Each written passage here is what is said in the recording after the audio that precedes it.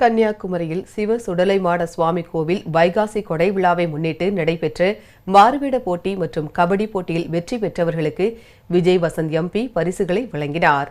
கன்னியாகுமரி மாவட்டம் மங்காவிளை சிவ சுடலைமாட சுவாமி திருக்கோவில் கொடை விழா கடந்த 9ஆம் தேதி தொடங்கி வரும் 18ஆம் தேதி வரை நடைபெறுகிறது.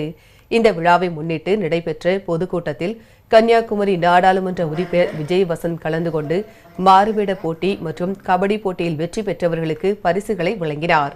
அப்போது பேசிய அவர், சாலை வசதிகள் செய்து தரப்படும் என்றும் நிறுத்தப்பட்ட பேருந்தை மீண்டும் இயக்க நடவடிக்கை எடுக்கப்படும் என்றும் கூறினார். முதல்ல பஸ் வேணும்னு கேட்டாங்க. பஸ் வேணும்னு அப்படியா, சரி அப்படின்னா ரோடு சரியில்லை, ரோடு வேணும்னாங்க. சரி ரோடும் சரி அப்படின்னா இல்லை பஸ் ஸ்டாண்ட் வேணும்னாங்க. அப்படின்னு ஒரு பஸ்ஸை கேட்டு அதுக்கு ரோடு பஸ் ஸ்டாண்ட் எல்லாமே கேட்டிருக்காங்க. கண்டிப்பாக இது எல்லாம் நிறைவேற்றுறதுக்கான எல்லா நடவடிக்கையும் எடுப்பேன் என்று இந்த இடத்துல உறுதியாக சொல்லிக்கிறோம். இந்நிகழ்ச்சியில் கிழக்கு மாவட்ட காங்கிரஸ் தலைவர் KT உதயம், நாகர்கோவில் மாநகர மாவட்ட தலைவர் நவீன்குமார் உட்பட ஏராளமானோர் கலந்து கொண்டனர்.